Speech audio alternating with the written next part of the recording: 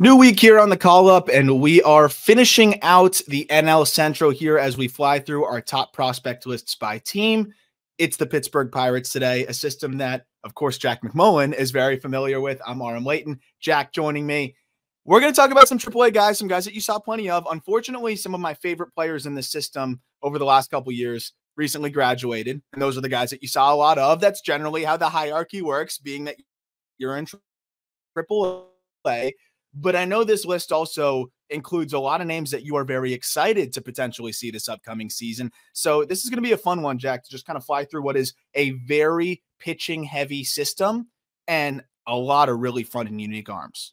Yeah, so off the dome, I'm trying to think of all the guys that graduated from prospect status this past year, because the year before that, it was a Jack Suwinski and a Roansy Contreras. Like, both those guys are surely top 10 in this system. But this past year was Henry Davis, Endy Rodriguez, Nick Gonzalez, Jared Triolo, Quinn Priester, Luis Ortiz, Ji-Hwan Bae, Alika Williams, Carmen Mlodzinski. Like, that's 9 off the dome. There were a couple others, like Colin Selby was at 24 innings. Like, he kind of graduated too. All of these guys would be top 15er names to watch. So the fact that all these guys graduated and they still have, at worst, a middling system in Major League Baseball is really impressive. Like, a great job drafting and a great job in IFA by Ben Cherington. Yeah, I was going to say, I think it's better than that. And it's funny because I kind of went into this thinking it was middling in a lot of ways. But then you look at, of course, it helps to have the #1 pick in the draft, and we'll get to Paul Skenes. But you look at the depth that they have pitching wise and the options that they have, and so many guys that I think are right on that 45 plus to 50 future value threshold, which is pretty much right on the back end of, like, if you're a 50 future value guy for us at just baseball, you're more likely a #4, #5 starter. There's some variance there. If 50 plus, that means you could be like a high end 4, maybe outside shot at a 3. But usually if a guy has #3 upside, they'll be a 55, and we'll talk about that because there's several prospects here that are 50 future value that are ranked, obviously one is over the other, and they're similar right-handers. And we'll talk about kind of what separates them. But realizing that this system is pretty deep in terms of pitching for sure. But then you also have, the top end guys, like elite blue chip type of prospects with Skenes and TERMARR. It's definitely gotten stronger. And then to just even be able to snag, we'll talk about him, a Jackson Wolf, and what was pretty much a nothing trade from the Padres. Wolf might be a guy that actually factors in and does, again, just gives them some 45 future value pitching depth that no system can have too much of. But speaking of depth, we'll just dive right into the names to watch, which, as always, Jack will walk us through. And I'll fill in. I'll let you just kind of go through all of it, and then I'll fill in on a couple guys that, I want to fill in on that may have been close to the top 15 spot. There are several hitting prospects.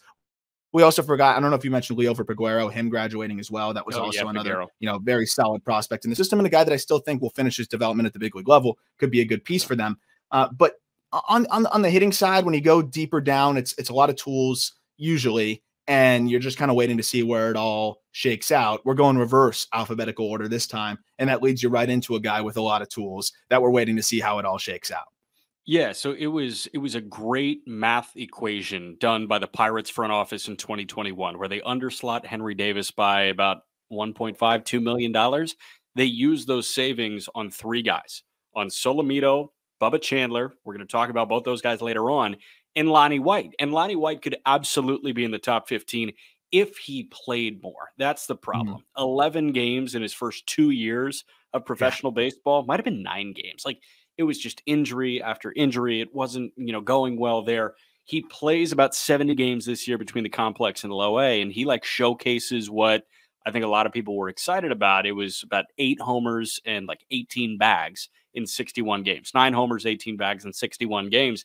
Guy was going to play wide receiver at Penn State. He's clearly a really good athlete. It's just a matter of availability, and maybe he climbs. Problem is he's kind of 2 years behind. Yep. Estuar Suero is the next guy, and Suero was a deadline acquisition with Wolf in that same deal for Rich Hill and Ji-Man Choi. He's 6'5". He's super lanky. He's 18 for the majority of the year. Like, he just hit 230 with a bunch of Ks, but he can play, it seems, all three outfield spots. It's just way too early to make a hypothesis on him. Kind of same thing with Johnny Severino, who was a 1-for-1 swap. Carlos Santana went from Pittsburgh to Milwaukee. Severino came back, but Severino signed for over $1 million.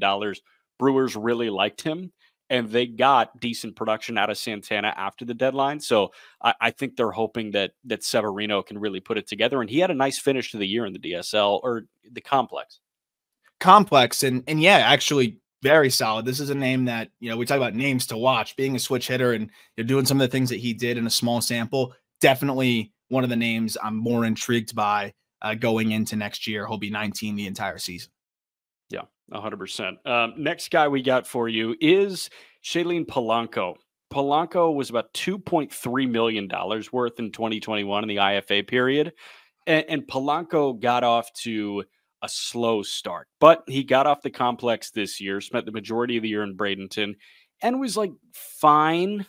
He's gotten better each year, which is really interesting. And the power really surged. It was with 6 homers in his first 2 years, DSL and complex, and then 12 homers this past year. So you can really buy into that. Next guy's Kyle Nicholas. I know you really like Kyle Nicholas. I really like Kyle Nicholas. He was really struggling as a starting pitcher when I first saw him in person in Indianapolis. They shut him down for like a week and a half, and then he comes out of the bullpen, and it's like he just had a switch flipped. That was insane, and he upped it from like sitting 95 to sitting 98, 99. The slider was disgusting at 90 miles an hour. Put this guy in a short spurt. That's what warranted that big league call up. He has a chance to be a major league reliever this year. I don't know if they're going to try and revert back to the starting pitching thing or not. I hope they don't, because it's like legit setup stuff. It's very similar to what happened with Carmen Mlodzinski last year, who turned into a gross reliever. 100%. And I think being able to lean into that a little bit more, right? You do some things as a starter that, you know, or you do some things as a reliever that you can't get away with as a starter, maybe, you know, adjusting your release point, doing some things that, you know, wouldn't be conducive to throwing 80, 90 pitches in an outing. But if you're throwing 15, 20, you know, you can build into some more deception and lean into certain things more. And Nicholas is very talented, and I think could lean into some things that would make him even nastier and higher leverage, like Mlodzinski did, like you said. And also, friend of the show, he's been on multiple times in the past. Just a fantastic dude too, so very easy to root for. And another Ball State alum. Another Ball State alum. His uncle, by the way, Todd Blackledge, yes, who was doing color work for NBC this past year after being with ESPN ABC for a long time. Matt Gorski, another guy in AAA. He's older. He's 26 years old, but this guy is a pretty solid defender in what can be all 3 outfield spots. He played a little bit of first base at the end of the year. This guy's like a 2020 threat sneaky. If he plays the entirety of the year, he was having a nagging quad issue in 2022. 23 plays the majority of the year. He's got back-to-back 2020 seasons here. It's what, 44 homers, 44 stolen bases, and 51 attempts in his last 189 games. It's speed and power. I just don't know where the opportunity is, because he's like buried behind a lot of these elite tool guys that are 2 years younger than him. It's like a watered down Jack Sawinski, right? Because you're going to get that speed, you're going to get the ball hit really hard, and just Sawinski being a left-handed bat, it just seems like it all comes together a little bit more for him. Gorski's a good option, you know, because he does hit the ball really hard and he does offer that speed, but there's a lot of whiff, and right now just too much chase. But that said, again, like if this is the guy that I have in AAA waiting in the wings, have it be somebody that has this kind of upside and can make an impact if he gets hot or has something click for him. Yeah. And like Sawinski, there's a lot of whiff too, but there's less chase than Gorski. So I think that's probably the thing that Sawinski has. He can also play a better center field than Gorski can, but Gorski can play a solid corner. Garrett Forster, another guy, he had a great year at Oregon State. 61 games / 341, 485, 522. He got a 6-game taste of low A to end the year. 29 plate appearances. This guy got on base, 16 times in 29 plate appearances. He's going to walk. He's going to hit some homers. He's probably a first baseman, but like that's okay. Yordani De Los Santos, another guy who was in Bradenton this past year. Other guy signed for over $1 million, 1.2 in the 2022 IFA cycle. He just like, It's low batting average, high K rate. You know, like you hope this guy kind of develops into a decent power threat at shortstop. Like there are just a lot of those guys in this Yep. organization, it seems. Yep. Yeah. Jace Bowen, another one. 11th round pick in 19 out of high school in Toledo. He is like first base corner type, truly. But dude, like he can swipe bags, like 23 homers, 24 bags, and 29 attempts as a first baseman. And then he had a great showing in the Arizona Fall League. Did you see him in the Fall League? Yeah, I did. I'm glad you asked because I almost wonder, like, he's fast enough that if he gets enough reps, maybe he can learn how to play a passable center. But I do like him in the corners. I watched this guy, dude. He hit a ball into the outfield. It got misplayed. And watching him kick it into gear for an inside the park home run, I don't think they ended up counting it as an error. He can motor. Like, he can really, really fly. If I'm not mistaken, was a legitimate football player too. And you could see that athleticism and impact. 23 years old, I think you could kind of see this maybe super utility type. I Right. think he's kind of limited to first base when it comes to the infield, but if he can play first base and the outfield as well, speedy utility piece. I'm really interested to see how the defense progresses in center, which was a big part of, I think, him getting more reps in the AFL. They had him kind of playing all over, right, left, center, first. And I think that might be what they want him to lean into, right? Is you can run into some homers, can play several positions, you can really motor. I think it's a fun profile. Yeah, it's a really fun profile. The question is how much center can he play? Because that can be the differentiator between him and Connor Joe, right? Joe Yeah. is first base and the corners. He does a lot of similar things to what Joe does. Maybe a little bit more pop in the tank, but Joe adds a little bit more of a dynamic element to his game. I think center could be a differentiator. Yeah, Two more I won't. guys. Yeah, I was Yeah. gonna say I won't sit here and pretend I crushed the Jace Bowen center field tape, but I will look into it a little bit more this coming year if he's hitting, and maybe that could be what ends up differentiating him. Yeah, two more guys. Jack Brannigan was a big time riser this past year. He got up to high A. He was a third baseman at Notre Dame for a good bit. 2022 MLB draft. He was a third round pick. But this man, high efficiency base stealer, 24 for 27. He had a 915 OPS. He went to the fall league. He was just fine. But this guy's year in Bradenton and Greensboro really kind of upped his stock in this system. Yeah, two-way guy too. He threw on the mound a little bit. Yeah, I believe in college and threw pretty hard. So you can see so how he's got the arm to be at third base. Oh yeah, no, I think he could be a really good defender at third base potentially. The footwork continues to get better. It's a lot of whiff, and that's kind of the question here: is how much impact's going to be there, and or excuse me, how much the hit tool is going to be there. But I actually think he can play a fine shortstop as well. He made some good plays. And I think if you're able to stick on the left side, play solid defense on the left side, run into some home runs, and just make enough contact, I think that's why the Pirates are intrigued. He's still relatively young at 22 years old compared to some of the other college guys that are kind of lower on the pecking order when it comes to getting opportunities. I think the fact that they sent him to the AFL is a little bit of a tell of what they think about him. Low chase rates. Again, he's going to whiff, but it's not egregious. And if he can continue to hone in on the approach even more or be able to cut down the whiff slightly, there's above average power there and good complementary tools. Yeah. Last guy in the names to watch is Hunter Barco, left-hander who was second round pick out of Florida in 2022. He was taken in July. He had a torn UCL in May. So the Pirates drafted him knowing that he was shelved with Tommy John surgery. He just came off TJ, 10 2/3 in Bradenton, 19 punch outs, 4 walks. So like good, but notably inferior competition for a college left-hander. If he's healthy, he can climb quickly. Problem is, and I've always kind of like Florida pitching has put my brain in a mental pretzel since Alex Faedo was there, because you had Faedo there and you had Singer and Coar behind him. And the true like starting pitching in Major League Baseball talents among those three were Singer and Coar at the time. Mm-hmm. But Faedo was the Friday guy. He was the front man. So it's like, oh, Faedo's the best of the bunch. And then it turns out that like Singer was the best of the bunch and Coar was probably the better pro prospect at the time. Kind of same thing a couple years later, like Tommy Mace had a lot of first round buzz. Are we sure? Like you had Barco and then you had Sproat and then you had Waldrop to the fold this past year in this iteration of Florida pitching. And I know that Barco and Waldrop were not teammates, but like Waldrop is the Florida guy. Then I think it's Sproat. And Barco has a lot of Tommy Mace, where he got a bunch of outs at the college level. He throws weird. Is it going to work at the major league level? To be determined. The odds are against him with a low 90s fastball.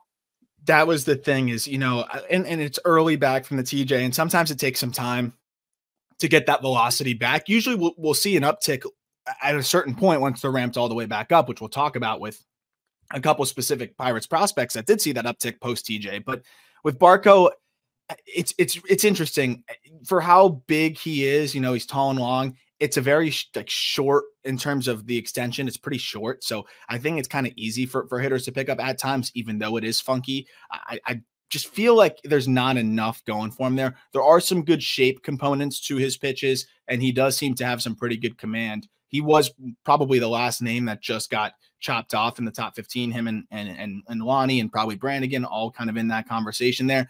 But for me, I need to see a little bit more. Even when I was going back and watching at college, because I wanted to watch pre-TJ, I just was not as high on him. And I just think he's on the outside looking in compared to some of these other arms that we're about to talk about in the top 15.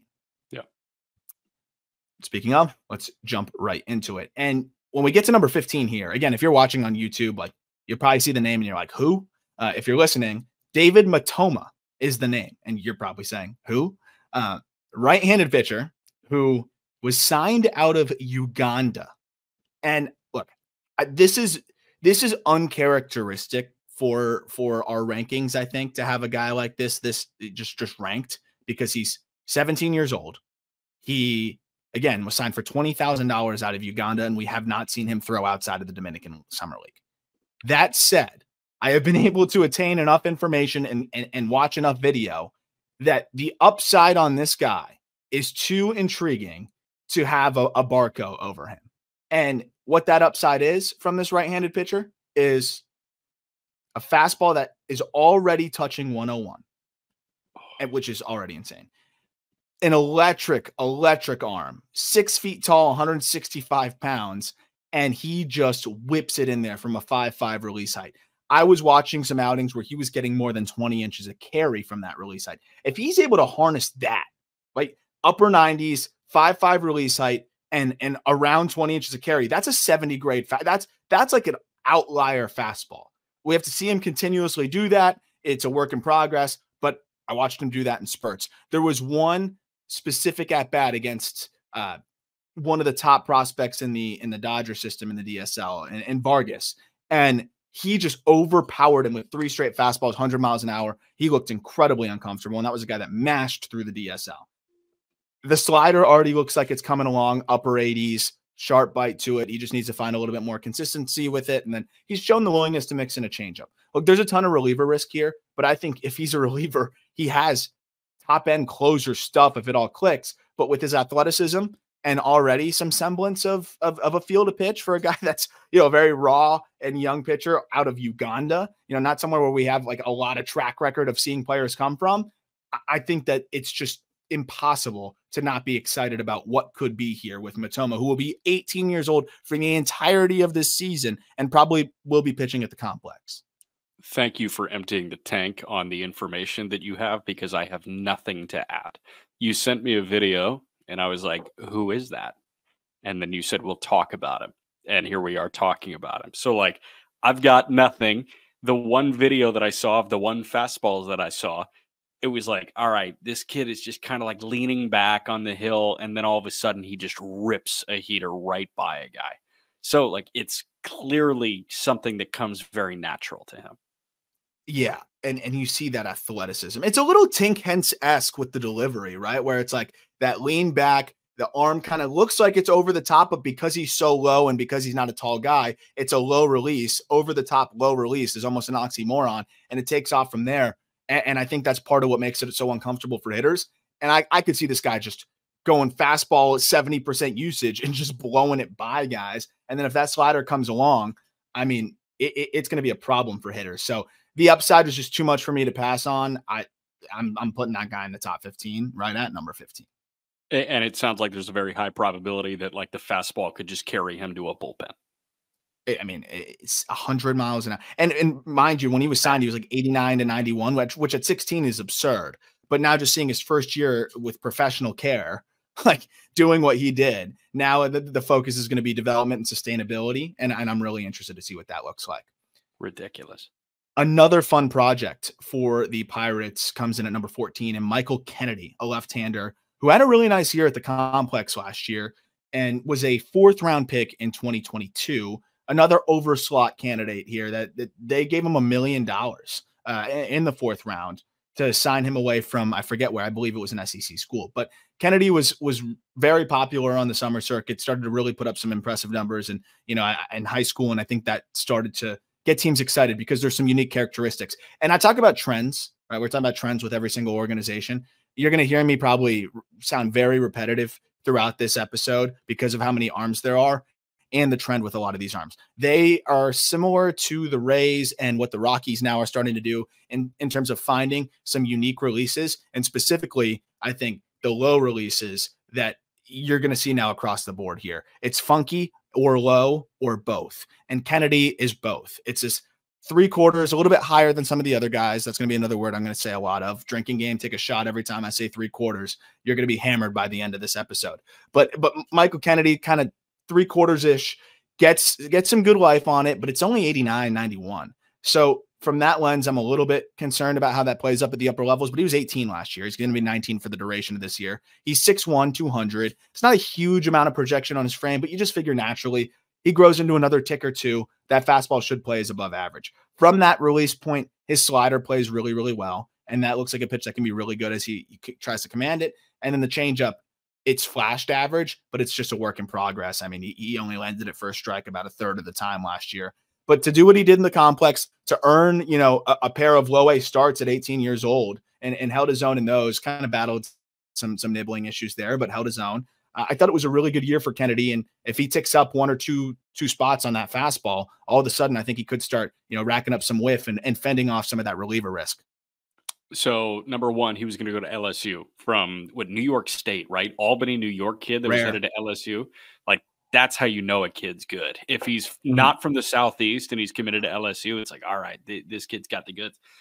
Number two, is it Invisible-esque? Like, is that what we're talking about or no? See, that's it's hard for me to say because I do think it's just kind of him being unusual for lower level hitters. And I do have some concern as to how it plays up against some other competition, because we're going to talk about some more Invisible-esque pitches. And a big part of that, we talk about low release, high carry, all that good stuff. Something I texted you about a couple of days ago is like, are you prepared to talk about VAAAA, which I was joking, I'm never going to call it that, but it's vertical attacking or vertical approach angle above average, or, without just getting way too deep into this stuff with people, that might not want to listen to like it's extreme analytical breakdown. There's guys that have that flatter attack angle than you would expect from that release height. So I think it's really important to look at, okay, if most guys that release a fastball from 5.9 feet, the average vertical attack angle from there is, let's say, whatever the number is. I don't have it in front of me. But if it's lower than that, it really allows it to play up, even if you have less carry. And so basically what I'm trying to say is there's a lot of different ways that you can create unique angles. And I was looking at that for Kennedy because I saw a lot of whiff in the zone, but his vertical attack angle was, if anything, higher than you would expect from a player from that low release point. The lower your release point, generally the easier it is to have a flatter vertical attack angle. So that is a little bit concerning for me. And then you look at the release versus the carry. It's kind of what you would expect, right? A low 5-foot release point and around 14 inches of induced vertical break. That's right on par with average. So nothing really stands out enough to say invisible just yet. And usually guys have to have results at the upper levels. Otherwise you look at the shapes and you're saying, I don't know if that's going to happen at the upper levels. There's always outliers, but he doesn't look like it from a pure TrackMan perspective at this point. So it's either throw it harder or find somehow like more spin and more IVB if you can. Yes. And then the third thing would be like Nestor Cortez is one of the best at this. Like his release height's pretty high, but he generates a flatter vertical approach angle or vertical attack angle than basically any other pitcher that releases the ball from his height bucket. So it's harder. The higher you release it, the harder it is to have a flat VAA. And that's why I'm really going to start diving deeper into that. And we'll do like bonus episodes on that kind of stuff. But for Kennedy, he doesn't really stand out in any of those regards other than just a low release. So for me, that's part of the reason why I don't know if I can project this as an invisible or a plus fastball unless he changes some things with it. And just to clarify, like with Nestor, you mentioned like it's not about slot when it comes to VAA at that point. It's all about kind of what happens below the belt, right? Like Nestor gets so far down on the hill that he can create that angle with like a non 3/4 attack. Yes, exactly. Exactly. Which is really, really hard to do. It's like if there's a certain point where it's like physically impossible to create, a 4-2, -4-2 vertical attack angle from a certain release height, right? Like it gets to a point where you just cannot create that angle. So the more that you can, have a flat angle from a higher release point, the more that it's going to play up. Of course, the dream is low release point, high IVB, and that's always going to play well. But there's other ways to stray from what is a normal fastball. And we always talk about it. You want to have a fastball that looks like something that they don't see often, right? You want it to look nothing like what they normally see is a better way to phrase that. So right now, Kennedy doesn't really have that outlier in the IVB perspective or the VAA perspective. So I'm kind of waiting to see what's going to come across here, especially when the velocity isn't there either. That said, from that release, the fastball still plays well. The slider is still good. And I think could be plus. And I think he's got, a good chance of being a reliever because lefties are really uncomfortable against him. But there's going to need to be something a little bit more outlier with him with that fastball if he doesn't tick up. Yeah. With all that being said, I think like the memo that any like high schooler that's listening to this or even like college arm is, you remember all those pitching coaches that told you like the lower half was the most important part of pitching? Like, oh, yeah. I think that's very clear. And I think it's clear with 13 as well. And I think it's do what comes naturally to you and then lean into those things to do it as the best as you can, because some guys might naturally be able to create that flatter VAA, but don't get, certain aspects of a fastball that you're looking for and lean into that. Right. Or for a Jackson Wolf at number 13, he's a guy that generates ridiculous extension. He's 6'7". So his fastball, and this is a guy that I was kind of struggling to figure out where he lines up because left-handed pitcher acquired at right around the deadline in July from the Padres, 4th round pick in San Diego, a guy that I actually know very well and is one of the nicest human beings I've come across. He was with Katuit, on the Cape and was very effective there. And back then, dude, it was like 85, 87. Then is last year in college, it was more 87, 88. I would say 2022, it was more 88, 89. And then 2023, it was more 89, 91. And that helped a lot because at 89, 91, from a 7.2, 7.3 release, which is well above average. I don't need to get into analytics, right? It's just common knowledge, right? The further you release it, the quicker it's going to get on the hitter. On top of that, another really low release height. And generally speaking, it's hard for guys to get good extension and have a low release. Because if you think about it, the lower your release, the closer it is to your body naturally. It's hard to, unless you're way out horizontally. He is pretty far out there horizontally, but also gets out there in terms of reaching towards home. It's hard to do all of those things, right? You can be out there horizontally and still get that extension towards home and keep it low. He does that. So even though the fastball is probably a 45, remember, 45 is like right on the fringe of big league average. To have a right on the fringe of a big league average fastball while sitting 89 to 91 miles an hour speaks volumes to the deception and the command that Jackson Wolf has. Working off of that, above average slider, average curveball, fringy changeup, good command, mixes it up. Lefties don't see the ball well. Righties, he's comfortable going to all three of those secondaries, so he's able to just kind of massage his way enough through a lineup. He made an emergency start for the Padres in 2023, held his own, then was later traded, assigned back to Double-A.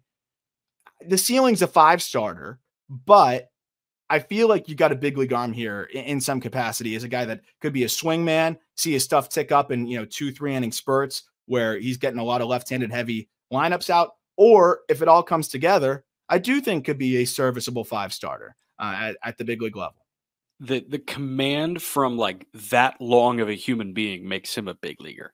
The fact that that guy with those long of limbs has good command, like 55 command, you think in the future, is hard to wrap my brain around. But like, that's who he is, man. He times it up well. And while the stuff may not be Sale. Like he is, he's snapping things off from very long arms, from likely like very long fingers. He's just built like a lank machine, and that helps your ability to like get outs with average stuff. Yep, exactly. And you add in just the field of pitch in terms of just sequencing, kind of just knowing when to go to what, and then the makeup just being the way that it is. I just think he's a guy that's going to be able to maximize his abilities. He's done that so far. And 2023 was a big year for him after struggling in Double A, you know, with his first taste of it in 2022, really putting up good numbers in the Texas League, which is, you know, a place where the ball is going to fly plenty. And you'd think the long ball might bite him a little bit. It didn't. And that was really encouraging. I think he's going to be in Indy with you this year, which I'm looking forward to, you know, you being able to meet him.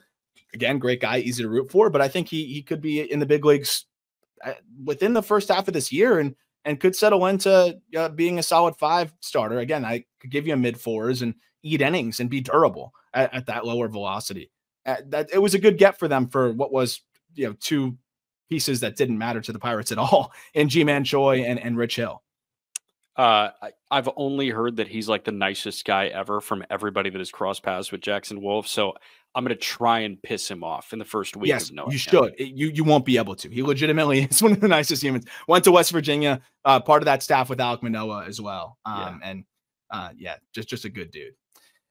Number 12, TSUNG-CHE CHENG. Did I get that right? Yes, you did. TSUNG-CHE CHENG. Shortstop, utility, fun player. I know you like him a lot. Above average hit, plus run, and the ability to play a good shortstop, great second base, good third. It's not going to be much of a power profile, but you know what? I'll take above average hit plus run and above average field as a super utility type any day of the week, and I think that's exactly what he can be. Don't care, man. I love Brendan Donovan. Like this guy just kind of screams Brendan Donovan, right? It's, hey, pop anywhere around the infield, probably lacks the ability to play the corner, but you think he can get by at shortstop at the major league level? Yes, absolutely. So that's the differentiator for me with these utility guys. It's like, okay, he can play a good second. Can you play a great second, a decent shortstop, a decent third base, and like you're going to whiff or you're going to punch out at like a percentage that's lower than 20? Like, I feel really good about you in that case, regardless of how many homers you hit. It just seems like he poked enough out. Granted, it helped that he was in Greensboro, and that place is a bandbox. When you look at ERAs in Greensboro, like, take them with a grain of salt. When you look at home run output in Greensboro for hitters, take those with a grain of salt because it is very easy to leave the ballpark there. But having said that, like, the stolen bases aren't going away. The versatility is not going away. The field of hits not going away. It seems like this guy can absolutely be a utility piece. Exactly. It's just the power is not going to be there enough probably to be an everyday player, but it's okay. It's one of those situations where you plug him in because somebody's hurt, you know, you're in an emergency.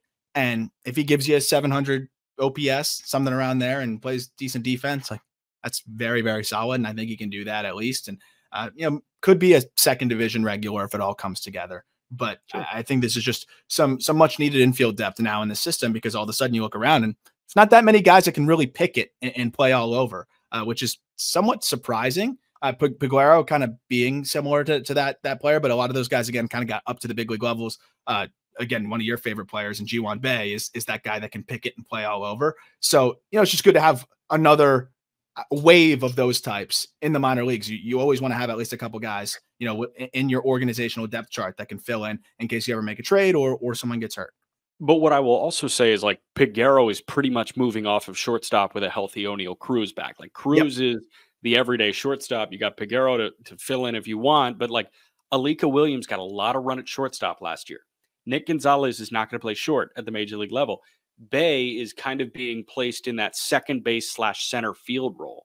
So the Pirates need shortstop depth, and this guy can absolutely be shortstop depth, I think, as soon as the end of this year, beginning at 25. Yep. Which is, again, you can't have too much of that. No. Number 11, another player that I know you're just going to let me talk and just say, sounds good. ZANDER MUETH. MUETH? What do you think? M-U-E-T-H. I think it's MUETH. MUETH. ZANDER MUETH. Try it. Fun arm. I've seen, I think Pipeline, and I've seen a few other, I would say, like it's almost too easy. It's like low hanging fruit to compare the delivery to Tanner Houck, the Red Sox. It's that again, 3/4, but from a 6'6" righty, very similar size. Fastball is arm side run from that release. So it's hard for me to really know what it's all going to look like, because I generally like to see, you got to really be able to command that fastball if it's going to be arm side run from that release.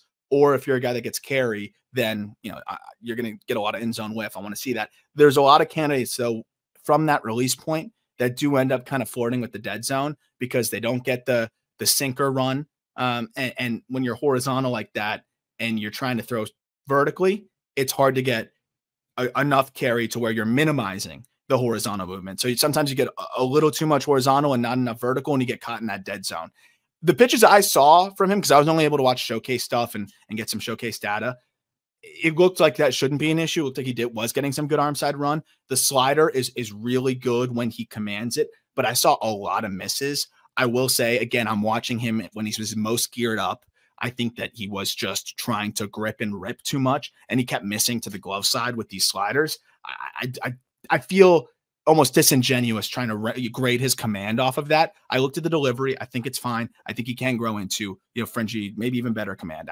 I would take my command grade here of him with a grain of salt. But this is just one of those where it's hard to truly project. I saw a changeup that could be above average. I saw a slider that could definitely be above average. I saw a fastball that could be plus from a 6'6" righty. Just haven't seen enough. And it's just a good system of arms, which is why he ranks at 11, but definitely as much upside as, any other arm besides our king that throws 100 from Uganda. But, we're going to talk about one other arm that has more upside than MUETH, but is, again, another really exciting, young, projectable, unique arm. Only thing that I'm going to add is he is one of 3 autographs that you can chase in Bowman draft from this Pirates draft class. It's MUETH, it's Garrett Forrester, who we talked about in the names to watch, and then the top prospect in this system. And arguably, we'll have this conversation in about half an hour, the best pitching prospect in baseball, ? But MUETH is in Bowman draft. What do you do? Do you hold? Do you sell right now? Hold. Absolutely hold. Because I don't think anyone, it's one of those things in Bowman draft and no one really wants to collect pitchers. People are probably just chasing Skenes when you're buying spots in Bowman draft, or just looking for, Pirates players. And if you back into it, we're always talking about the backup plan here. If that's the second pitcher that you can pull out of a draft class and he has this kind of upside, I'm absolutely holding it. It's funny. I want to talk about Skenes with you too, from the Bowman perspective, which we will get to wrap up the episode. But MUETH is a really fun second arm to have for a team in Bowman draft for 2023. It's like hedging a bet, right? It's, I'm hunting Skenes, but if I get MUETH or Forrester, I'm feeling decent, because there was college production in the Pac-12 from Forrester too. So, you've got decent second and third options to hunt here with autos, which is always fun. And it's also just a reminder when we go into these specific team rankings, and we're saying, oh yeah, if you end up getting this player or that player in Bowman, it's still not a bad get. We're talking about the second or third player in a specific year's set for a specific team. And we're still like, oh, that's fun. It just shows you how much talent is in, these Bowman draft boxes, and just how much talent has been in these drafts now. Each year, it just seems like it's getting deeper and deeper and deeper, where you're going to find so many gems in the later rounds. Right. Jumping back in now to the top 10, and it is a hitter, back to a hitter, Mitch JEBB, who was a second-round pick in 2023, and a really good bat-to-ball guy out of Michigan State. Probably, arguably one of the best bat-to-ball guys in the entire draft. You could easily project a 70 hit tool. And I struggled to figure out where I would rank JEBB, because of the fact that just the upside is so capped, but the floor is so high. It's a unique swing where he kind of starts with his torso facing the pitcher a little bit, and his hands rested on his shoulder. It's just kind of this inward coil and drops into his back hip. And then he's just focused on putting bat on ball. Sometimes it's almost that Ichiro swing where he's moving out of the box while he's swinging, but he's a plus runner who produces plus run times to first because he gets out of the box so quickly, which tells me that even if the contact is weak, he's going to chop some balls in the ground and steal hits. It's a profile that, look, a lot of the modern brains in baseball don't love, but it's a profile that still ends up finding its way to the big leagues one way or another. And you see a lot of players similar to this. My challenge with JEBB is the lack of power. Because I think offensively, you see a very similar profile to a Stephen Kwan. So not even lack of power. I would say lack of defensive ability is what I meant to say. With Kwan, he plays a fantastic left field, so you can palate the lack of power because he walks and he puts bat on ball a ton. JEBB's extremely patient. He walks plenty. He walks more than he struck out in his pro debut, and he runs a chase rate below 20%. The problem is I don't know where he's going to play defensively. He's gotten a little bit of look at shortstop. I don't think he's very good there. I think it's emergency situation only. The actions aren't, I don't think, good enough with the arm to play third base. So it's probably his second base profile. Or he eventually makes the move to the outfield where maybe the speed plays up and, you know, he could end up being a good defender. But when the defense is kind of average at best at a position like second base, it just puts so much pressure on the hit tool, which is why you don't see a lot of these profiles. And again, if you can play the defense and provide the value that Stephen Kwan provides, that's great. But I'm kind of waiting to see where that value comes for JEBB. Brother, he's just weird, man. Like everything about his aura in Bradenton, like the clips that I saw, it was just like, wow, you're weird and I like you a lot. Yeah. Like it's fun. He doesn't swing and miss, like you mentioned. This cat had 9 extra base hits. He had 11 bags, and he punched out 11 times in his first 128 at bats. Like that, 11 punch outs and 128 at bats to open your pro career is hard to wrap my mind around. And like there were just weird plays galore with him where he was swiping a bag and then popping up and immediately running to third base. Like everything I saw was like, you play the game in an unorthodox way. And that's kind of fun. And we seek different, right? Like the thing that makes you a top 15 prospect in a system is you are different. You know, you have to be a really good normal to be top 15. Otherwise, you have to figure out a way to differentiate yourself. And this guy, like, while it's not elite normal, it's good, weird. And I think there's some value in that. The fact that he can get on base the way he does, you know, and walk, I think is huge because again, when it's 95% zone contact, if you factor in his pro debut and his time at Michigan State in 2023, that's fantastic. But your margin for error is so thin when you don't offer power, is that you got to find other ways to get that OPS up. Great way to do that is draw those walks, and he does that really well. He grinds out at bats. He's a headache. So if it all works out, he can be this high OBP, high batting average, you know, good speed second baseman that hits enough to be an everyday guy. It's just the margin for error becomes very thin. I do love how high the floor is, though, given that the way he can hit, the way he can run. And I am very interested to see if they decide to try him in an outfield spot with the fallback of saying, okay, he can always go back to second base, but if he can play a decent outfield or maybe even a decent center field, all of a sudden I'm a lot more intrigued. He's got kind of cult hero vibes to him, right? Like Kwan obviously is a cult hero. JEBB totally screams cult hero. I would love it. I'm excited to see what he does this year. Yeah. Number 9, Michael Burrows, a name that I know you like a lot, a name that I know you were disappointed to see go down so early in the season in 2023 with Tommy John surgery. Burrows, really good stuff. It's a plus fastball, and I'm going to talk about why the fastball is plus, but also a changeup that made such big strides in 2022, and then a curveball that I think some people like the curveball more. I think it's very pretty. It's got a very nice shape. I think it's closer to average. It's actually the changeup that is better. But when you have a plus fastball, an above average changeup, an average curveball, an average command, screams back end rotation starter to me. And when he's really on with that fastball, he could give you flashes of more.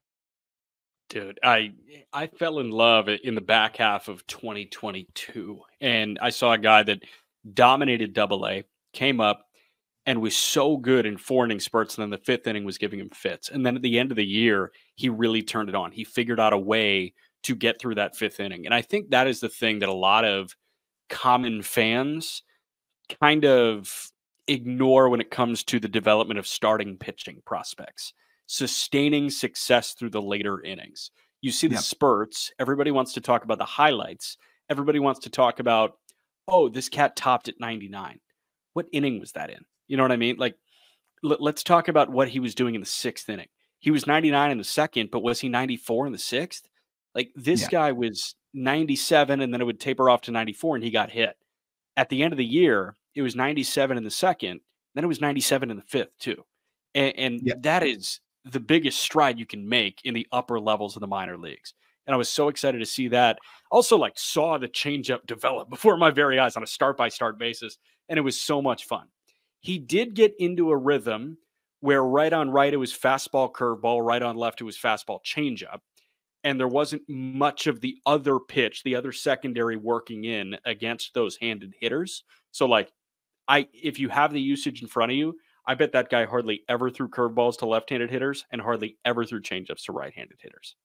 Yeah. So what was interesting to me is like, especially with the changeup, I think a big reason why the changeup plays so well is yes, the shape is good, but I think it just works really well off of his fastball, which is that just high carry, relatively low release and just high velocity pitch. But with the curveball, it just seemed like it was easier for hitters to pick up from time to time, and it just seemed like to pop up out of his hand a little bit, which resulted in lower chase rates than you'd expect. But And against righties, it's easier to get away with that. Sorry, it's easier to get away with that against same-handed hitters because you can work it glove side. If you exactly. hang one, if it pops against a lefty, like, it's bombs away. Exactly. And the funny thing is, you talk about the sequencing and how, hitters started to get more and more clued in on how he's going to go about it. I feel like righties just kind of started to get up to the plate and say, you're going to have to beat me, with the curveball. If you locate that, sure. But I'm going to try to be ready for the fastball. And that's what I'm going to try to hit. And you look at the usage against righties, fastball, 60% usage, curveball over 30%. And you look at the swing rates, opponents swung at the fastball 52% of the time. This is righties. And they swung at the curveball 35% of the time. So basically, anytime that they saw spin, they shut it down. So, if you spot it 3 times, tip of the cap. If you go to the changeup, tip of the cap. And what's funny is he actually had some good success with the changeup right on right, started to throw it a little bit more right on right as the season went on. So when he comes back, I do think that's going to be something that might, be a part of his game. Maybe he tries to add a cutter or something a little bit more horizontal to help him against righties.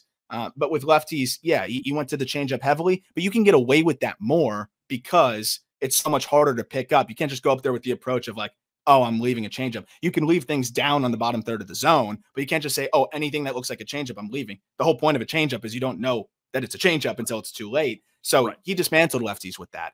And then the curveball was just serviceable enough against lefties. So I think because they were so focused on the fastball changeup, so that he was actually able to sequence against left-handed hitters, which resulted in, reverse splits, which I think is pretty interesting.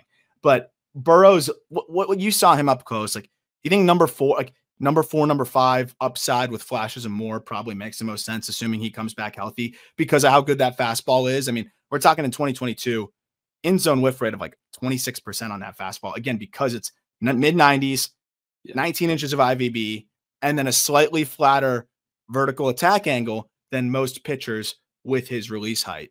That usually all bodes well for a pitch that's far enough from the norm.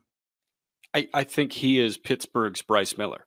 Like, I don't like calling every like fastball dominant guy Bryce Miller, but it does feel like he is Pittsburgh's Bryce Miller because the fastball, he can rely on it. It's nowhere near as good as Miller's. Miller's is a 75 or an 80 pitch. Burrow's is a 60, but he is limited pitch mix, can get away with it for 6 innings. We've seen that in the upper minors, but there is like certainly some reliever risk, and that can turn into a fastball changeup, and he can be great in inning spurts, I'm sure. Exactly. And I want to use this as an opportunity to like further explain real quick the average vertical attack angle and then like versus, a pitcher, that might be in the same, release height bucket. So a guy like Burrow's releases the fastball pretty high. What we saw in 2023 before he went down, his fastball release height was like 6.3. That's high. MLB average release height's 5.9. The difference is, okay, now how do you stand out there? You got to get good carry, right? You got to have 19, 20 inches of induced vertical break. He had that. Now, what's one other way that you can differentiate? Velocity. He's a tick above the average. What's another way that you can differentiate? The vertical attack angle. So the VAA here, which is interesting, is most pitchers with a release height of about 6'3", anywhere around 6'3", and I'll share this chart on Twitter because I think it's really, really helpful. But anybody with a release height around 6'3" typically has a vertical attack angle of -5 or above. You want to be as close to 0 as possible. Burrow's is -4.7. So that means that he's throwing from a flatter angle than most hitters are used to seeing from somebody from a 6'3" release height, if that makes sense. Then on top of that, you add induced vertical break and carry, which correlates to the VAA. You got a lot of whiff in the zone. And I think that's why Burroughs is able to dominate with the fastball. And I don't think it's quite a 70 pitch, but if he gained another tick, it could play like a 70 pitch as you're talking about Bryce Miller and some of these other guys. You're right. Number 8, it was really hard to separate these two. And I think you could say they're both very similar. Like in terms of just where they're at and where I think they're going to be. But ASHCRAFT on the other side of Tommy John. Braxton ASHCRAFT, right-hander, finished the year in AA, returned from Tommy John. It's been a wild ride for him. 2019, he dislocates his left shoulder. He's a right-handed thrower. And then 2020, COVID, 2021, looks good. And then eventually undergoes Tommy John surgery and returns at some point in 2023 and looked really good. They managed his innings for obvious reasons. And he had never thrown more than 52, 53 innings. So finally gets his way, back up to working at least to the 50 inning mark, starting to go 3-4 inning spurts. The fastball shape isn't great. The velocity at 95 helps. And I do wonder if it's going to sit at 95 when he's stretched out to more than 60 pitches an outing, which he had only done twice last year. But what really stood out to me was the command of the secondaries. It's a plus curveball with great depth, and he commands the heck out of it. He was landing that first strike around 70% of the time. And then it's a short, hard slider that he lands first strike more than 70% of the time as well. So to have the command of those two pitches like that, I think mitigates what's mostly an average fastball when you look at the shape and the way it ultimately gets hit. And when it gets stretched out, I think it even plays even closer to average. But to have two above average breaking balls that he commands really well and to have really good splits against both lefties and righties, seems like he's a high probability back end of the rotation arm yet again here. And still 24 years old despite all of these detours. Yeah, so the one time that I've seen ASHCRAFT live was New York Penn League in Morgantown, West Virginia in 2019. And I want to say it was a day that I was kind of pissed off because it is my minor league horror story. I think he threw that Sunday night. It was supposed to be a 1 o'clock start. The West Virginia Black Bears wanted to have a fireworks night, so they pushed it back to, I think, 6:30 p.m. It went 12 innings.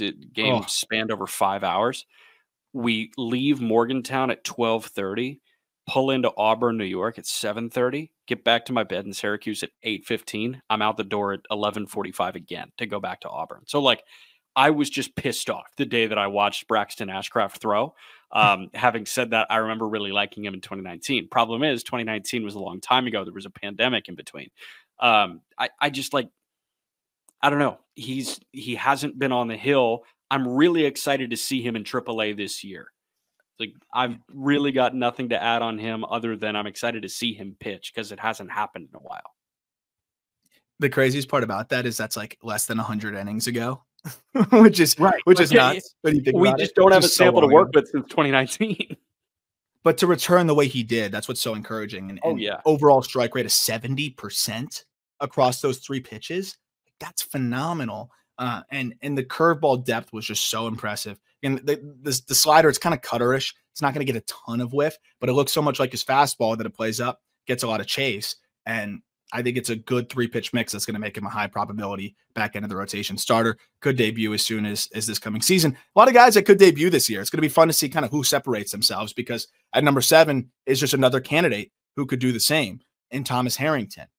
This is the closest to the invisible that I'm talking about here now, Jack, because Harrington is very unique with the fastball, also has great command.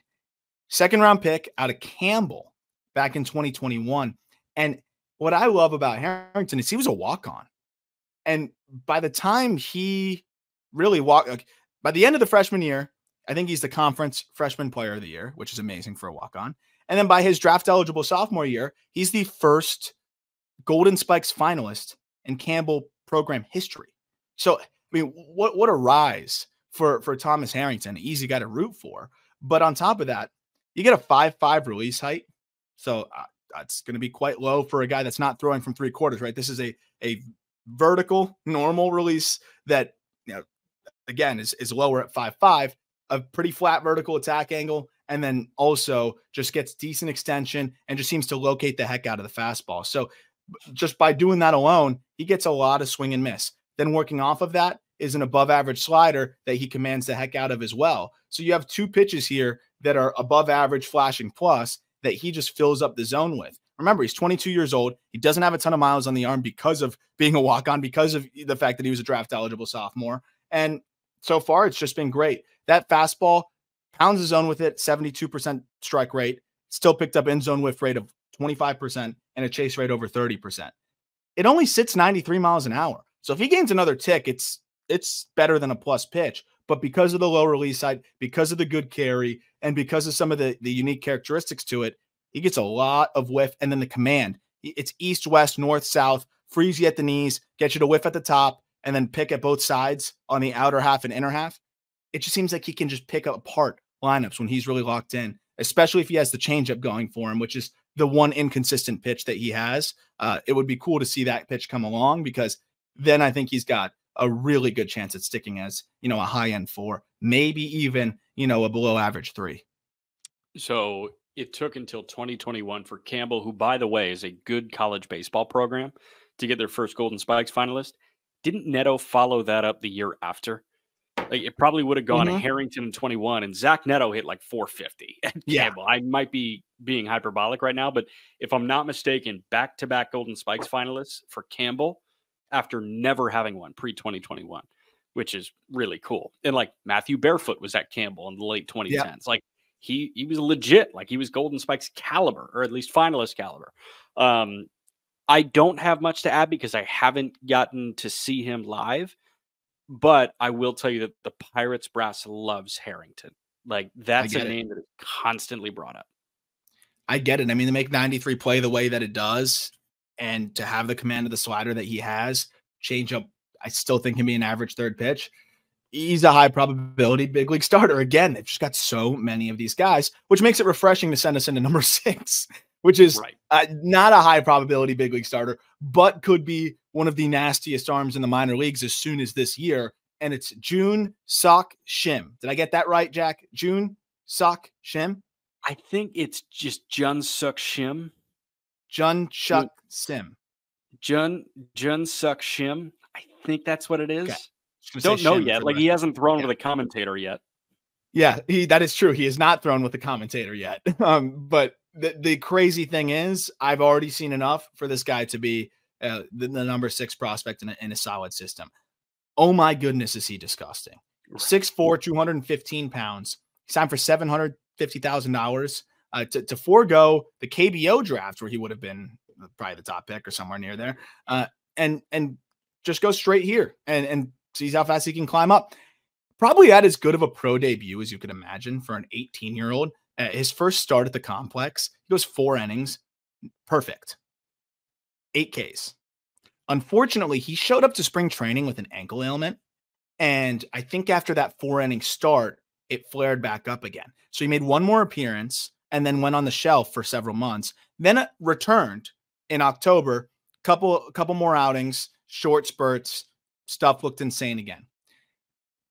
He's not ranked highly anywhere because no one has that much information on him. I will say that the data that I was able to pick up and some of the video that I was able to see, it's alien. If it all, comes together the way I think it can. The fastball is already up to the upper 90s, flirting with 100, with, again, unique characteristics. The Pirates are very good at continuing to identify this. But then he has a sweeper that is just disgusting. That is flashed over 20 inches of horizontal in the low 80s. And then a curveball that literally breaks too much that the Pirates have to work on, almost either making his release height a little bit higher, which I don't think they should do because it's below average release and it helps the fastball play to a potentially plus pitch. But he's going to need to find a way to command that curveball. It's over 20, I think it's 23 inches of vertical break. So when you have that much induced vertical break on your curveball, it is really hard to land for a strike, especially from a lower release. So he might need to throw it a little bit harder and with a little bit less break. But the fact that he can manipulate it the way that he does, again, we talk about these international pitchers specifically, from Japan and Korea. They have this ability to manipulate the baseball that few do. And remember, this is a big league baseball. We're not going off a KBO or anything else or any of that kind of data. 3,200 RPMs on the breaking ball, on specifically the curveball. It's freak stuff. If he's healthy this year, and it wasn't an arm injury, so if he's healthy this year, I think Shim will be one of the biggest risers and one of the more popular names in the prospect world this coming season, where I think he'll presumably start in low A. Do you think he's a top 100 prospect at the end of the year? Yes. Do you think he's a top 100 prospect at the midseason update? Yeah, I do. Okay. How close is he right now? I can't. Yeah, I know. I was funny because I was going to ask that because, like, I want to, but realistically, I'm not taking him over a player that I've seen more of. And every guy on the top 100 list, almost every single one, except for very few, and even the ones that I haven't seen a ton of, I've still seen a lot more of. Right. I can't put him in there yet, but he's pretty much it's just more of validate everything that I believe to be the case here, and you're there. So it's more just waiting on enough evidence to be able to confidently hypothesize. Otherwise, I feel like I'm just kind of throwing, shit at the wall. Right. Although I will say, I feel like I've seen enough to feel very good about his chances of being the guy that we think he can be. It's potentially double plus fastball, potentially double plus slider, curveball that's disgusting. And he just started picking up the splitter, which if that turns into an offering for him, holy crap. I think outside of Paul Skenes, he's got the highest upside, even more than Bubba Chandler. If it all, clicks, I think he's got the highest upside in the system outside of Paul Skenes pitching wise. So friend of the program and part of Just Baseball, Taylor Davis, for the last, I guess like 8 months, he was at the complex this past year. And, as soon as I found out that he was going to the complex, I was like, I need Shim updates as often as you can give them to me. And we were talking last week and I said, what's the latest on Shim, man? He said, he's here. I see him in Bradenton. I'm just like, I need updates on Shim because the things that I've read, and like this validates everything that I've read, like pitch by pitch, this dude's a freak show. Yep. He can do some very unique stuff. And then again, some of the underlying things we were talking about with VAA, and like he checks all those boxes. They must have been freaking out when they first found him, and got the data on him. Sturdy too at 6'4", 215 pounds, which helps a ton for the durability and the chance of sticking as a starter. Into the top 5 here. Number 5, Anthony SOLOMETO, a name that I think you talk about the Pirates brass, who they love. It seems like this is one of their absolute favorites, and for good reason. They took him in the second round in 2021, right? And since then, really just has absolutely shoved. And last year, it really all came together. The fastball ticked up, I think almost by 2 ticks, which was huge because we're talking about funky, lower velocity. Now he's up to 92, 93 in a lot of his starts, even grabbing a 4. Once he doubled his innings total, his career high in innings, it started to taper down to 88, 89. And even then, his velocity tapered down, and he was facing the toughest competition of his career at 20 years old in Double-A, and still was effective. But when he was sitting 92 to 94, he was disgusting. He was one of the most effective left-handed pitching prospects in the game. I see an above-average fastball, a plus slider, a changeup that's a work in progress here.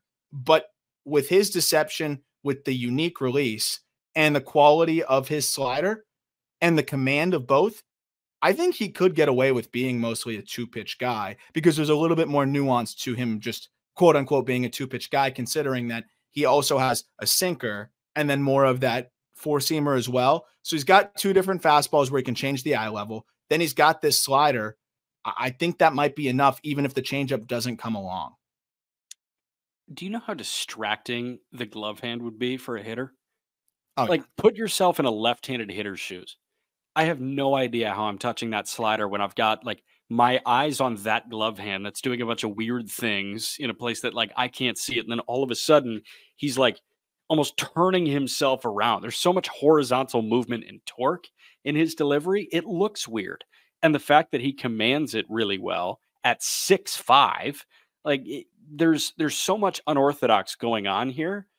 And if he's got good fastball characteristics and good slider characteristics, it's hard for me to not see this guy making his way through 5 big league innings. It's so mad bum, isn't it? It's so mad bum.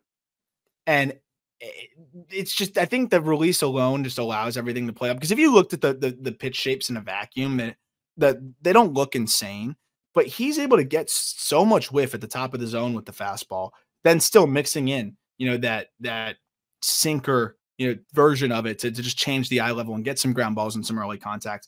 But to throw from that spot and land that slider for a strike 70% of the time is outrageous. Dude, like sometimes it's as simple as hitter may be distracted. And that is how I feel with SOLOMETO.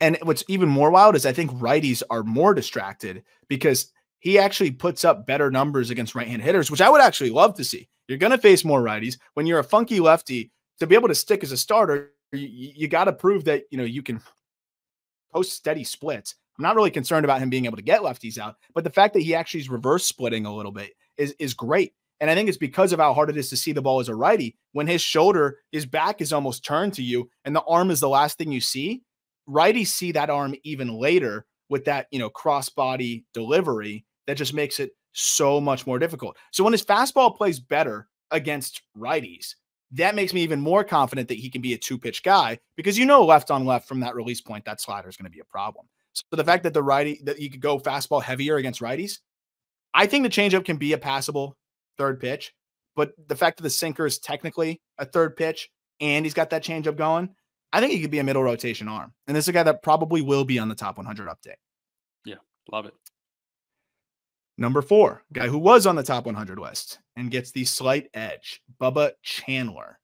Very, very athletic, very, very talented, and had a great year overall. Another dude that you got to look at the numbers in terms of the underlying stuff and say he's got so much more in there versus, the ERA and the surface level stats that you see. But it wasn't like he was bad by any means in that regard. But I think he's so much better than the output that you've gotten statistically so far. And I think it's all going to start to really come together this season. This is a guy that was probably one of the best athletes, in his draft class. When we talk about really whether pitchers or not, he was committed to play quarterback at Clemson. He also was a two-way player who could play the outfield, could play different positions. He's also a switch hitter. Like his whole body is balanced and stimulated because he's used it in so many different ways as an athlete. Now focusing just on the mound, we've seen Chandler just continue to come along and along and along, and still young. This dude could really explode this year. And he's going to be one of the breakout guys I'm looking at that could have a monster season on the bump. Everything happens for a reason. Like Dabo is so anti-NIL that Bubba Chandler is now a Pittsburgh Pirate. And I have no idea if NIL packages played into that at all. But think about that. You have the chance to go play quarterback at a program that has won a national championship in recent memory. Clemson before this year was considered one of the bells of the ball in college football. Do you know how hard that is to turn down, even for first round money in the third round? And it's a great baseball program too. It's a great baseball program. Okay, so go do both. But dude, this guy jumped on the opportunity here. And I think the Pirates are maximizing what they have. I love that they shut down the hitting thing as quickly as they did. Yes. Because they could let him climb and try it. I love that the Cardinals shut down the pitching thing with Mason Wynn as quickly as they did. Yeah. Because they see somebody that can be a star in what they do in one aspect. Mason Wynn can be a star shortstop. He could have been a good reliever, but a star shortstop. Bubba Chandler could be an okay bat, but he could be a star starting pitcher. And I think they identified the right thing. 100%. When I had to write both reports a year and a half ago on him as a hitter and a pitcher, I scrapped the hitting report and just said, there's no way that they're going to keep having him do this when you see how exciting he is on the mound. And that athleticism really shines through. The arm speed is off the charts. You see how fast his arm goes. It must make the fastball just spin right out of his hand like crazy. He did get burned by the long ball from time to time, but we talked about pitching in some of the environments. It's tough. The ball just leaves the yard easily. He's a high carry fastball guy that likes to pitch at the top of the zone. I don't think he's going to get burned by the long ball as much at other ballparks and other areas. Now getting away from some of the more hitter friendly environments that he had to play at. So that lens, and then on top of that, his changeup feel got better and better and better as the season went on. And over his last 10 starts, he landed his changeup for a strike about 65% of the time with big whiff numbers. So you have high whiff numbers on the fastball, high whiff numbers on the changeup, a cutter that is a good third pitch, and a slider that he's trying to kind of more consistently find a feel for. I'd like to see some sort of slurvy, different breaking ball that could help. But even then, cutter, changeup, fastball should play pretty well. He's 21 years old. I do think that there's a case for SOLOMETO here. For me, they're really 4A, 4B. And I think you could go with SOLOMETO. I just lean the athleticism of Chandler because, again, averaging 96 miles an hour over his final 10 starts with good shape, I think he could dominate with the fastball. You talk about who could be this system's Bryce Miller. I think Chandler even more so than a Burrow's with just the ridiculous arm talent that he has. My thing is, like, we are in a new frontier of pitching prospect. In what world does somebody with a 70-esque grade fastball have a 60 grade changeup? Like, for the entirety of baseball history, if you had a really hard fastball, you had a really good breaking ball too, because like it's all max force.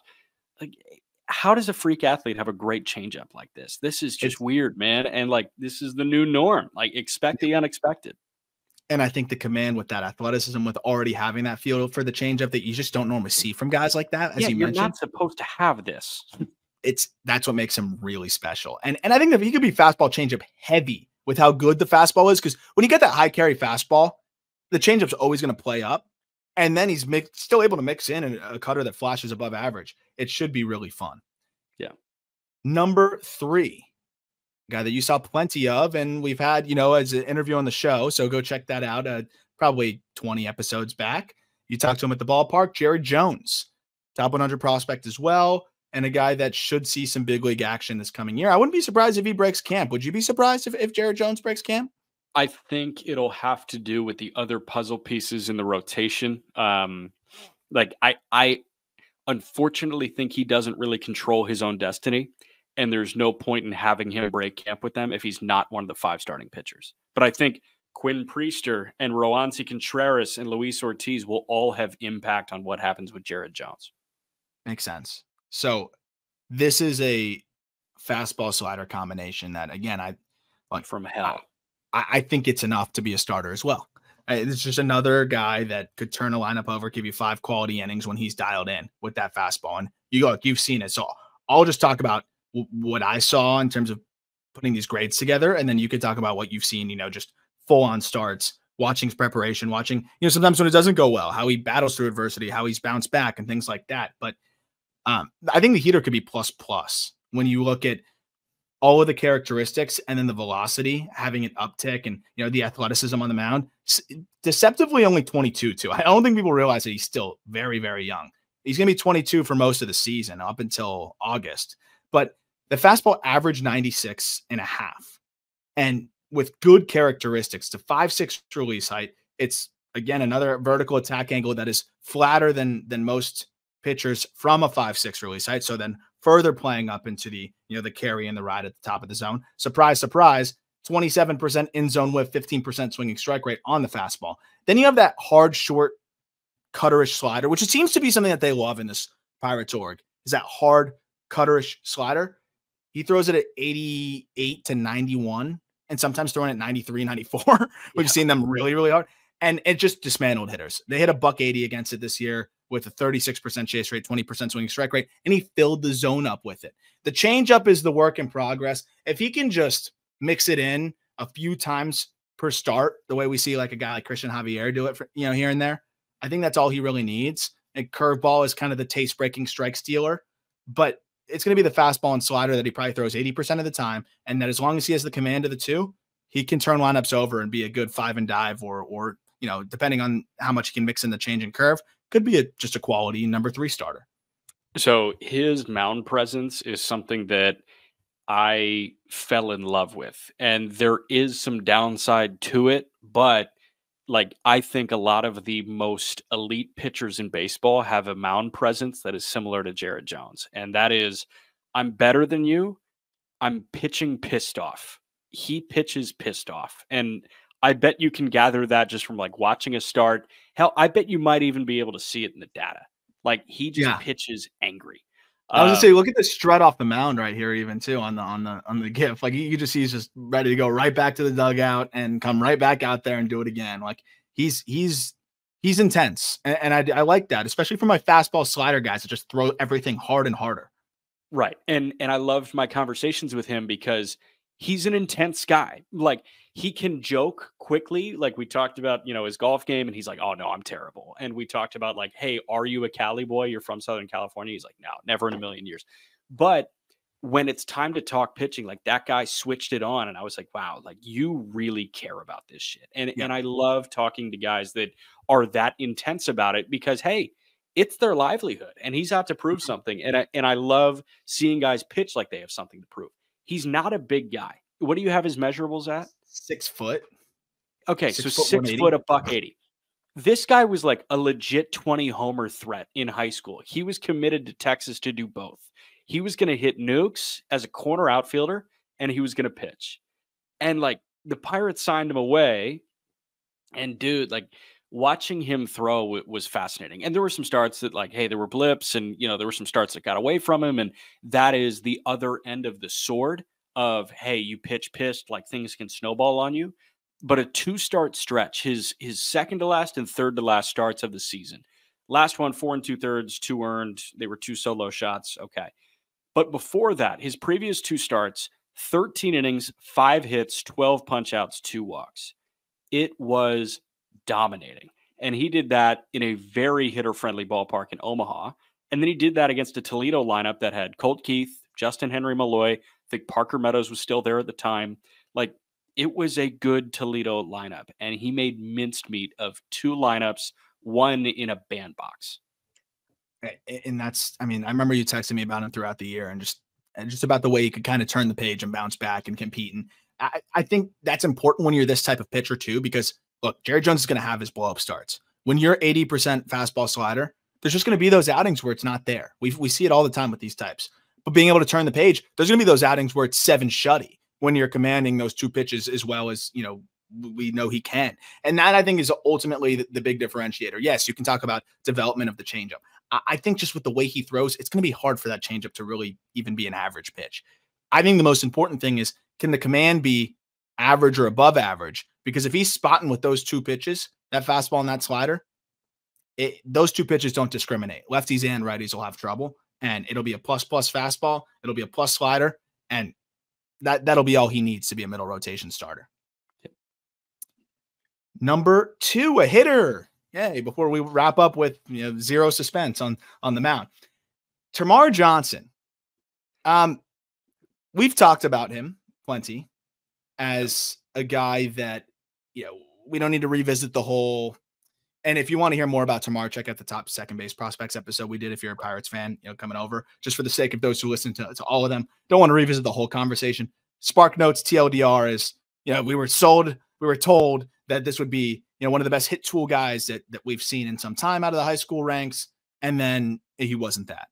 But we were also told that the power might not be all the way there. He could grow into plus, but he's not that big, blah, blah, blah. He's got way more power than anybody gave him credit for. So it's a different profile. That said, I still really like this profile. And if you're watching the video right now on YouTube, there's a reason why I think TERMARR is going to be able to lean into what is more whiff than I think people would have expected, way more power than I think people would have expected, and be able to succeed like this as a bat first second baseman. That pitch, and again, I'll describe it for those who are just listening. It's a fastball tailing away, down and away on the outer part of the plate. Watching all of TERMARR Johnson's, basically every single ball he hit hard this year, so many of them were on the bottom part of the zone. Not because he's incapable of getting to the top of the zone, but because he's hunting anything that is accidentally tugged, belt down, or if anything's hung, not even hung at the bottom of the zone, he's not going to miss it because his swing is geared for lift and geared for damage. Why this works for him is he doesn't chase, right? And I always talk about Mike Trout because Mike Trout is the pinnacle of this, right? He has a blue zone. His blue zone is the top third of the strike zone. If a pitcher goes and locates 3 straight fastballs at the top of the zone, so a lot of times Mike Trout will go down looking and walk back to the dugout. Right. It takes a lot of guts to do that because if you tug it down 6 inches, it's in the seats. And also it's just really hard to consistently spot at the top of the zone. Go look at Mike Trout's chase rates above the top of the zone. I believe it's 6%. So what he does is he's never going to give you a strike at the top of the zone. You're going to have to get it yourself. And then you're going to have to get it a couple more times. And if it's below, he's not going to miss. And that's what I'm seeing from TERMARR on a much lesser scale, obviously. But we always talk about one of the only hitters that's a teenager that's walked 100 times since 2005, joining Jet Williams. That stood out to me. Sub 20% chase rate. A guy who sticks to the approach, who's going to let you beat him on those elevated fastballs, but he's not going to miss that stuff at the bottom third. He's not going to miss the ball left over the heart. He's going to strike out. It's going to happen. He's going to be a guy that's going to strike out probably 25% of the time, even at the highest level. But he's going to walk a ton to offset it, and he's going to hit a lot of homers and make a lot of impact. I think like Max Muncy with, I think, more bat to ball upside and more defensive ability. But in terms of the ability to tap into that power and walk, I like Muncy as a comp because he can be an OPS machine, man. He's going to slug and he's going to get on base. And guess what? You get paid via OPS. And what I mentioned on the second base episode was like Dan Uggla had 9 years of service time, 3 All-Star games, and $76 million in his pocket. And that was from 2006 to 2015. Like, what is Dan Uggla getting now? A lot more. Like he's even more valuable now than he once was. And Muncy's gotten paid, man. Like this guy's going to get paid. He's going to get 10 years of big league service time because he's always going to hit for power and he's a good enough second baseman. And he's 19. And when you can generate that kind of bat speed and you have that kind of approach, maybe the hit tool does come along, right? Those guys, they were not this at this age. You know what I'm saying? Like Dan Uggla was a Rule 5 draft pick. Max Muncy was a failed prospect and then finally got another opportunity and it all clicked for him in his late 20s. TERMARR is already, I think, a guy that's on a fast track to that kind of profile, but at 19 years old with so much time to continue to rectify the swing and miss issues in the zone. You know, there's a loud barrel tip. There's a big leg kick. Maybe he's able to, minimize that a little bit without compromising the power, which I think he can just off of his rotational explosion, his lower half strength, and his bat speed. So if he's able to mitigate some of those moving parts and make more contact, then he's better than those guys. And that's why he's one of the best prospects in baseball, when you look at the second base position, but also a top 30 overall prospect. For sure. Number 1, not much suspense here, Paul Skenes. I'll start with this. Jack, with no insider information, by the way, Jack's not revealing anything. Do you think you will see Paul Skenes? Will I get to hear your majestic voice over a Paul Skenes strikeout in 2024? Yes. Yes. So for those who might not know what that question means, Jack is the AAA broadcaster for the Indianapolis Indians. Welcome to the show. If you're just finding us then. And we selfishly want Paul Skenes in AAA for a little bit. Then he can go to the show, get that clock going right away. But I would love to see, I would love for you to get that opportunity to call, a Paul Skenes AAA start. But on top of that, I think it just makes sense. There's some things he still needs to refine a little bit. I think he was out of gas at the end of the year. And for obvious reasons, I'm surprised they really had him throw at all at the end of the year. I would have just shut him down after, how many pitches he threw. I mean, he threw 120 pitches in 3 of his final 4 starts. It was 124 pitches, 101, 123, 120. They obviously managed the workload really carefully. He only threw like 20 to 30 pitches 3 times. And aside from the first, inning spurt we saw at the complex and 1 inning in Bradenton. But even then, the plan was for him to throw more. And they stopped for a reason. He probably was like, my body is exhausted. I don't know. I'm speculating, but they said he was going to throw more than he did, and he didn't. Well, dude, I'm glad. He got rocked in Altoona that one game. Like that one game, then he bounced back. Rocked in Altoona. Yeah, he was tired. This guy threw so much. It's okay to be tired. Yeah, I've already emptied my clip on Skenes information from like all the draft stuff and like the college baseball stuff that we were doing in the spring. Like I've got nothing new on Skenes. You probably are more well versed on Skenes just as a listener than anybody else, like in minor league baseball. It's probably Skenes and Jackson Holiday, but even then you probably know more about Skenes. Yeah, I would expect a couple Skenes starts in Indy, but not many, because this guy's like, I don't know. I don't think he's going to meet like adequate competition until the major league level, which is crazy, but that's who he is, man. Like he's better than Hunter Green ever was as a prospect. And Green is the comp here, but like the fastball's better and the slider's better and the changeup is better. Like Yeah. there's just, I don't know. You're going to need to sell me on somebody not named Yamamoto being a better pitching prospect in the minor leagues than Skenes.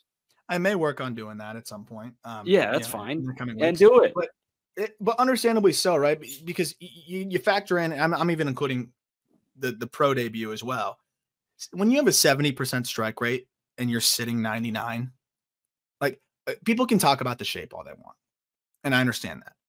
But I think it's a little different than Hunter Green's because yes, Green was also 100, 101, 102, but it was straight line, like dead zone-ish.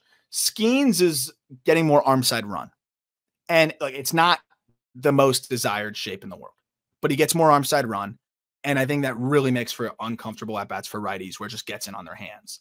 On top of that, it really works well off of the slider because you got just opposite actions here. And it's also some late movement. So I look, it's not going to get the whiff at the top of the zone. I think it's going to get plenty because it's 100, but it might not be off the charts. It'll be really good. But I think people talking about the shape, yes, you can cite that as a reason as to why he won't be the best pitcher of all time, right? Or like why he won't be instantly, can't miss Steven Strasburg level in terms of the impact. Like, I don't know if it looks like Steven Strasburg right away. And I do think that those comps are a little unfair because Strasburg, I just think was on a different level in terms of just pitchability and shapes and the way his arsenal works. But at the same time, the development of Skenes' changeup as the year progressed and some of the changeups that I saw him throw at the end of the season, I think that's the big differentiator. You talk about the fastball shape, you can talk about like it's 100, it's going to work. And he fills the zone, and he hits his spots. The slider is disgusting. If the changeup comes along, it's going to help the fastball play up at the top of the zone because even if it doesn't have that ride that you want, guys are worried about a changeup. It's going to make the fastball look harder. You're going to change eye levels more. You're going to freeze guys at the knees more. I think the changeup's the big X factor here as to whether Paul Skenes reaches his ceiling of, top 10 pitcher in the game versus just being a really, really solid starter that nobody's like, oh man, what happened to Skenes? But, he's not Steven Strasburg at his peak. I think the changeup's going to be the big part of it. And I'm really excited to see how it continues to develop. And I think he's got every chance to develop that changeup. He went into the offseason with one thing to work on. He's going to figure that shit out. Yeah. You can't teach the durability. Knock on wood. You can't teach that size. I'd like to see a little bit more extension. I'm surprised he doesn't get more extension. But again, I just think it's a more unique release than people give credit for. It's a little bit funky. It's a little bit low for how tall he is. And it's got some late movement to it. My question for you is if you're collecting Bowman draft, we talked about it in the past. Like how many bats are you taking? Because we talk about you don't want to collect pitchers, but how many bats are you more excited to collect than Paul Skenes, in this draft class? Langford. That's it. That's it. I think. Fair enough. I think he's like become one of the biggest chases for a good reason because not only is he going to be fun as hell to watch, he's going to be one of the first guys there. The fact that Langford might beat him is absurd. But that's it. Just Langford. That's it. Yeah. I like Bryce Eldridge because the two-way thing is intriguing, but Langford. I love it. Well, that's it. If you know where to find him, go get him in 2023 Bowman draft. Paul Skenes is one of the most popular chases. And so far, I have not seen his superfractor pulled. Could you imagine what that would bring in if Mucho someone pulled dinero. One of one? Sorry?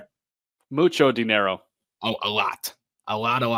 So looking forward to seeing whoever pulls that. I wonder if there's a bounty on that one. Also, that Tom Brady card that with the $500,000 bounty is still outstanding. So we'll see what happens if anyone pulls that anytime soon. As always, thank you for listening. We're going to talk Orioles top prospects with you later this week.